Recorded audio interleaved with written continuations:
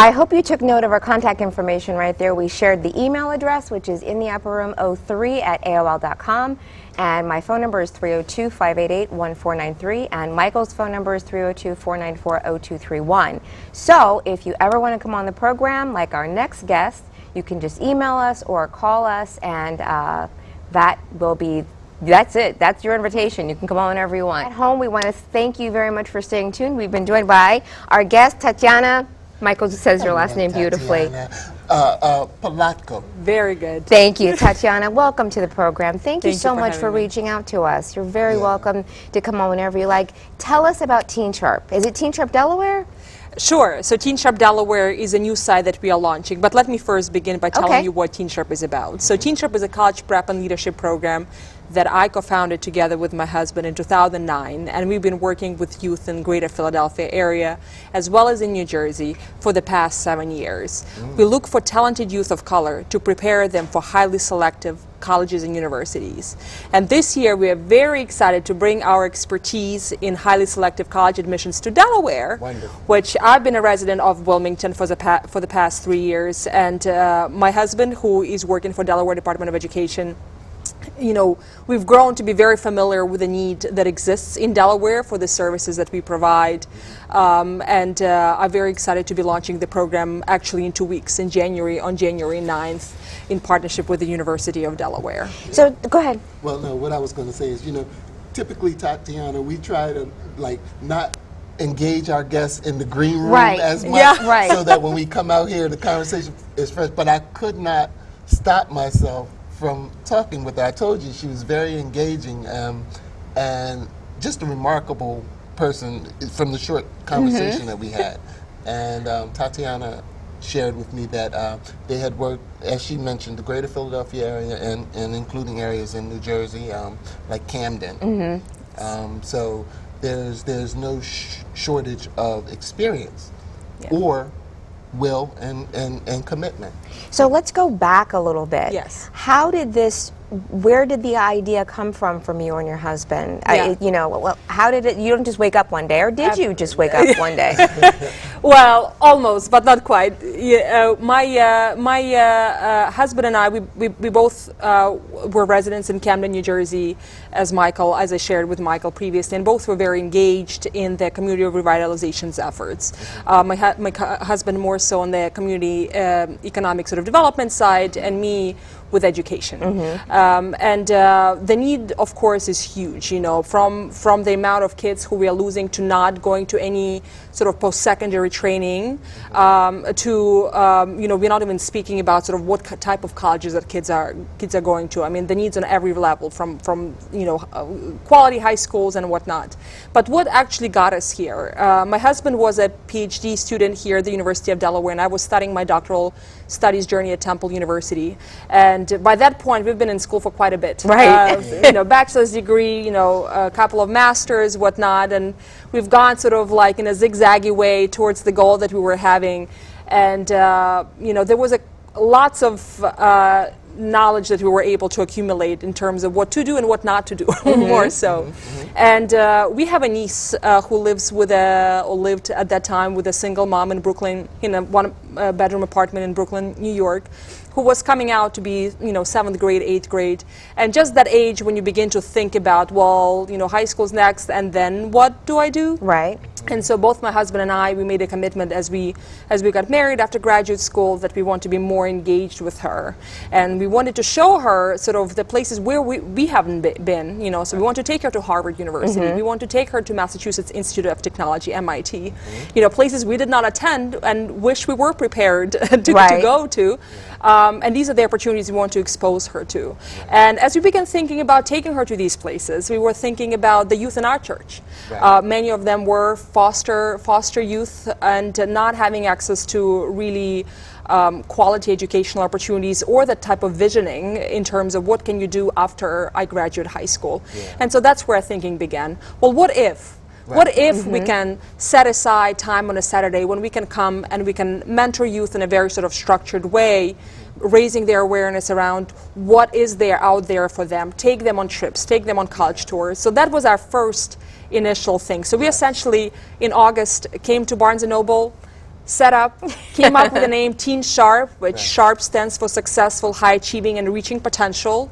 That's what we want our youth to be. And in September, we were knocking on doors and asking for parents to trust us, that we had the best of intentions. We felt we were called to do this work, and we really want to make sure that we can share of our experience as well as all the knowledge that we were reading extensively at that point with the young people. Right. Go ahead. And as you were speaking early on in the conversation, you mentioned about what happens, say, post-high school. Right.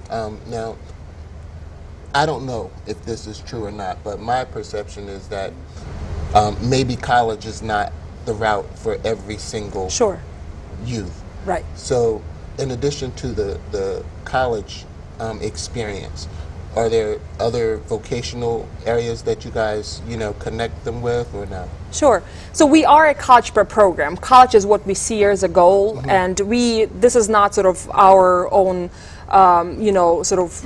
this is not on a whim that we came up with this. We know that in 4 years, 60+% of jobs will be requiring a bachelor's degree, and we want to make sure that our young people position for that. Now, to your point, of course, we realize that college is not for everyone, but in this sort of 21st century, we talk about 21st century skills, and these skills are essential for career as well as college. So our focus is to make sure that our young people have a true choice. So not a choice when I do not do well in school for 4 years and then I say, well, college wasn't for me in the first place. Right. Could have been a very different story if you had the supports and you had the encouragement and somebody really, really pushed you to make sure you do really well. You might have been talking a different talk, right? So we want to make sure we start with young people in 9th grade. Which is a big difference with many other programs that sort of look for talented youth and put them in highly selective colleges, but they usually do that in the senior year. Sort of young people who were able to somehow get the motivation and the supports to do it already.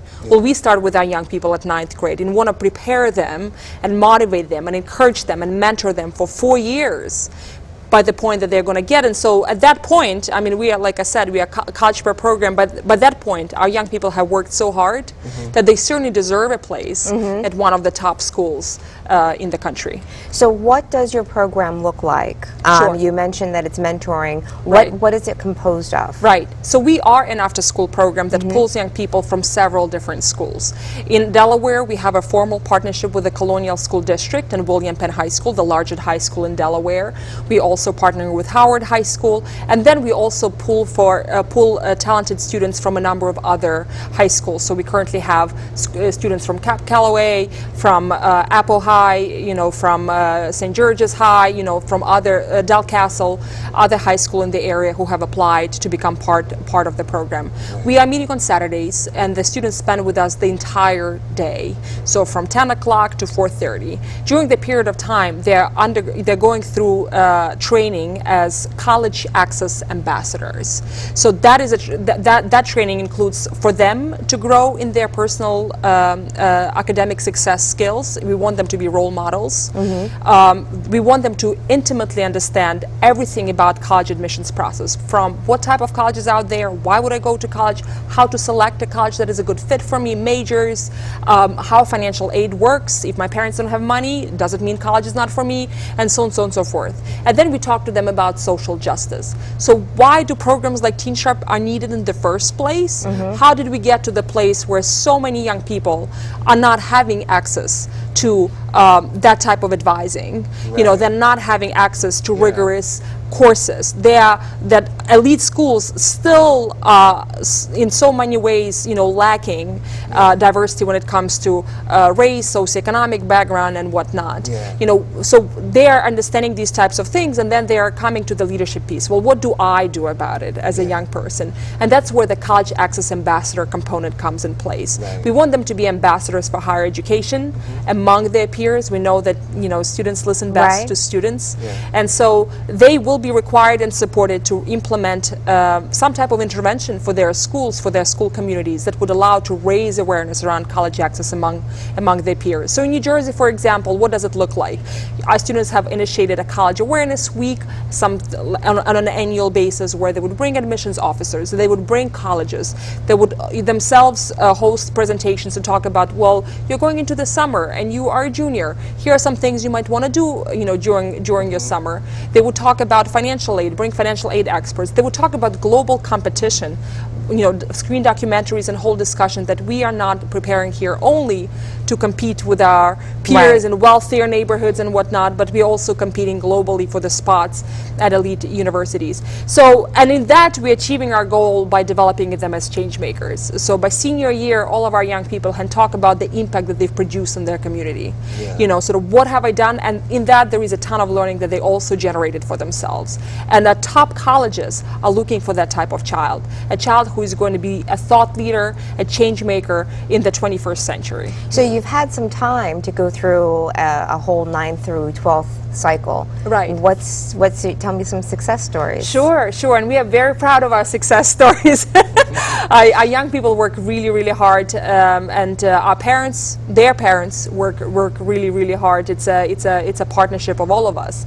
So let me tell you a few examples. I'm going to talk about Robert. Robert currently is a junior in Bowdoin College. Bowdoin is a number 4 best liberal arts college.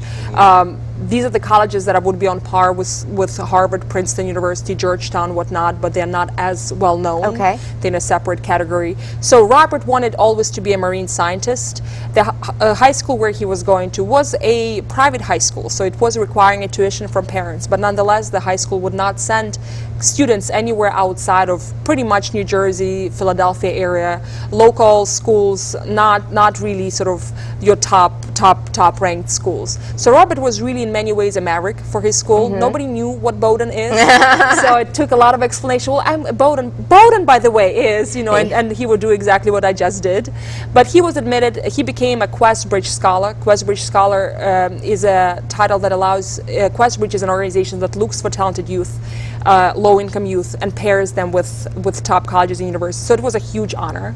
Through that, he applied to over 30 schools, most Ivies and whatnot. And so it all came down to 2 really nice choices that he had. Both schools all offered him a full ride. Oh, One wow. was, I know, you don't get these type of opportunities, like normally it's like one opportunity you're hoping for. He had an actual choice. Occidental College, where President Obama studied his journey in California, and Bowdoin College in Maine. Both are highly ranked liberal arts schools. Both flew him out to recruit.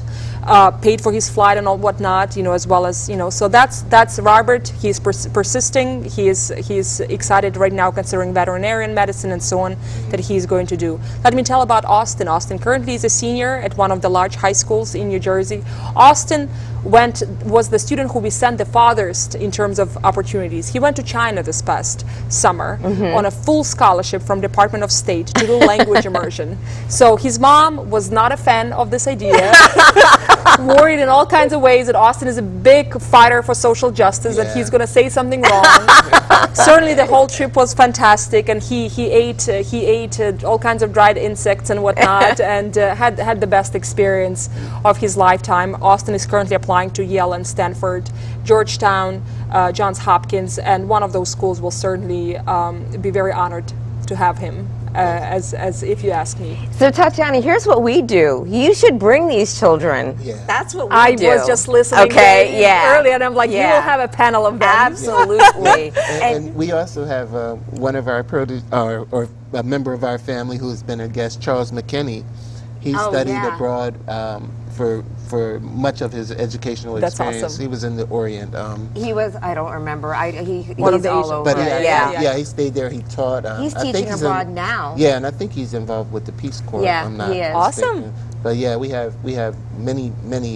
Would appreciate the connection. Yeah, And we there's sure another would. one. Yeah. Yeah, there's another connection, Breaking Barriers, which is Dwayne. Yeah, Dwayne Adams. He runs it's for adults also, but it's a lot of youth that go for fitness and rowing. Sure. Okay. Yeah. And he what was your connection? Well, the thing I was thinking of is that Dwayne was pointing out that people don't have an awareness of the amount of scholarships and things that are available for rowing, say for instance to an Ivy League school. Right. And so he is positioning a lot of the inner city youth. I love it. To become, flexible in their options. Like you said, it's all about options. Right. And see, that's the thing. What you're doing is so important because you're bringing awareness of options. What are my options? And I think back on myself. when I was in school a long time ago, I kind of scratched my head, you know, because I thought maybe I would get more scholarship opportunities, you know, because of my involvement and different skill sets and grades that I had. But it didn't happen for me. And the reason why it didn't happen is I was not aware of the options. And unfortunately, though there were some people who probably were in positions to help, but they did not for whatever reason. So I don't blame you for being able to, or being willing to step in and fill a gap. I commend you for doing that because it is necessary. Definitely. And one thing that breaks my heart is to see a young person with so much potential wasted. And go ahead. And so just to your point, you're one of the many sort of stories that the reason why we started. My co-founder went to Rutgers University in Camden after having spent abroad in Ghana 3 years, scoring in the 90th percentile on SAT. And Rutgers University is a fantastic school, but was it a good match for him? The answer is no. You know, and so he's a poster, sort of poster child for what we do and why we do. And in Delaware has a big issue in this regard. Looking at the data, only among the Wilmington area school districts, 5 school districts, only 10% of college-ready kids, so these are not all kids, these are kids who scored 1550 or higher in SATs, which is considered a college-ready benchmark. So these are college-ready kids. Only 10% over the course of 4 years went to elite schools. Only 10%. Now, why is it disturbing? It's disturbing on many fronts. Delaware and New Hampshire are leading the country in terms of the average student debt. All right. There is also Delaware is not even at the national level in terms of educational attainment for higher education. And for African American Latino students, that rate is half that for whites. Now, how do we change that? By sending kids to the schools that can hold on to them, and then can pay them to make sure that they attend, right? And then also connect them to the networks and opportunities to be successful after they graduate. Elite schools can do that. And our kids are not gaining access to them. And so therefore that is our commitment. Again, not a whim, but making sure that we can send our kids to the school that can support them academically, wrap their arms around them and not let them go for 4 years, and then make sure that they graduate with strong skills, strong connections, and go on to the careers where they can be fulfilled. And it can be so overwhelming. Like, I love that you're with them all day on Saturday, because it can be so overwhelming. You remember that feeling of you're 15 years old, you hear these seniors talking about things, and you're like, how am I going to ever know? And then your guidance counselor gives you some huge book that you're supposed to page through and figure out what you want to do with the rest of your life. Or not, right? And then you've got, on your own. You know, if you're lucky, you've got smart friends who are, you can kind of follow what they're doing. I was lucky I had smart friends, like very, very smart friends, and I just kind of did what they did, you know? But if you don't have that, it's like, it's not even, I'll take one bite of, they say, how do you eat an elephant one bite at a time? If you're 15 years old, you're not even going to try and eat that elephant. It's overwhelming. I tell you, when I was in school, if it weren't for my 12th grade art teacher, Howard Sharp, Mr. Sharp, if it wasn't for him, I probably would have, it's not a bad thing, I probably would have gone into the military instead of furthering my education. But Mr. Sharp saw to it that I was pursuing a degree in art. He saw to it that my portfolio was together, that my transcripts was together, and he literally drove me up to the college. He sat there in the room during the portfolio review. Mr. Sharp, if you're watching tonight, I haven't forgotten, brother. I don't talk about it enough. But seriously, those are significant others, that man did not drop the ball. Others may have, but he wasn't a part of that. So how do parents find out how they can get their child involved in TeenSHARP? Absolutely. So the best way would be to go on our website. So www.teensharp.org, TEENSHARP.org. We also have a Facebook page. It's Facebook/TeenSHARP. I had no trouble finding it. So these would be the best ways. And on our website, you can get our contact information, email. We love to talk. We have a parent engagement engagement coordinator on team who has these conversations with parents. She's a parent herself, so she's very accessible, very understanding of different circumstances that people can be in. So we are wrapping up our admissions process this week. We are starting on January 9th. So if you're watching and you feel like your child is a child that needs this service, please go on the website today, submit an application, and we'll be in touch promptly. Before we have just 1 second left, I do want to ask about, you also go with the students to different universities? Yes, so we take them on college tours. So every year they would visit 8 to 10 schools. So imagine a 9th grader. Right. By the time they come to the senior year, they visited the number of schools that most an average high school student has not gone on. That's awesome. Yes. That's really Plus colleges do come to us as well. We think what you're doing is wonderful. Yeah. Thank you so much much. for Thank you so writing. much for having me so today. glad you And came this is tonight. exactly the type of thing we would love to meet some of your students, Yes. your Jersey students, your Delaware students, bring them back. Yes. You know, and you can invite us to come Yeah. if you Yes. want. Yes. Absolutely. Okay, we would In love that. 2016, you'll be seeing quite a few of Okay, my great. young stars. That's Awesome. wonderful. It was so wonderful meeting you. Thank Nice you so meeting you much, too. Tatiana. Thank you so much.